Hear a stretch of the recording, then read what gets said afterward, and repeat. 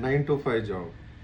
ತುಂಬ ಜನ ಹೇಳ್ತಾರೆ 9 to 5 ಜಾಬ್ ಏನು ಮಾಡ್ತೀಯಾ, ಅದರಲ್ಲಿ ಏನು ಖುಷಿ ಸಿಗುತ್ತೆ ನಿನಗೆ, ಅದೇ ನಿನ್ನ ವರ್ಡ್ ಆಗಿಬಿಡುತ್ತೆ, ನಿನಗೆ ಎಂಜಾಯ್ಮೆಂಟ್ ಸಿಕ್ಕಲ್ಲ, ಜಾಬ್ ಬಿಟ್ಬಿಡು, ಇನ್ನೊಬ್ರ ಕೈ ಕೆಳಗೆ ಏನು ಕೆಲಸ ಮಾಡೋದು, ನಿನಗೆ ನೀನೇ ಬಾಸ್ ಆಗು. ಅದೆಲ್ಲ ಆಗೋಕ್ಕೂ ಮುಂಚೆ ನಿಮಗೆ ಒಂದು ಪ್ಲ್ಯಾನಿಂಗ್ ಇರಬೇಕು. ಮೋಸ್ಟ್ ಇಂಪಾರ್ಟೆಂಟ್ ಒಂದು ಐಡಿಯಾ ಇರಬೇಕು. ಅವಾಗ ಮಾತ್ರ 9 to 5 ಜಾಬ್ ಬಿಟ್ಟು ಬೇರೆ ಏನಾದರೂ ಸ್ಟಾರ್ಟ್ ಮಾಡ್ಬೋದು. ನಿಮಗೆ ಪ್ಲ್ಯಾನಿಂಗ್ಸೇ ಇಲ್ಲ, ಐಡಿಯಾಸೇ ಇಲ್ಲ ಅಂದರೆ ಬೇರೆಯವ್ರು ಹೇಳ್ತಿರೋದನ್ನ ಕೇಳಿ ಆ ಜಾಬ್ ಬಿಟ್ಟು ಮನೇಲಿ ಕೂತ್ಕೊಂಡು ಹೊಟ್ಟೆಗೇನು ತಿಂತೀಯ ನೀನು? ಅದ್ರ ಬಗ್ಗೆ ಮಾತಾಡೋರೆಲ್ಲ ನಿನ್ನ ಹೊಟ್ಟೆ ತುಂಬಿಸಲ್ಲ. ನಿನಗೆ ನಿಂದೇ ಆದ ನೀಡ್ಸ್ ಇರುತ್ತೆ, ನಿಂದೇ ಆದ ಖರ್ಚುಗಳಿರುತ್ತೆ, ಫ್ಯಾಮ್ಲಿ ಇರುತ್ತೆ.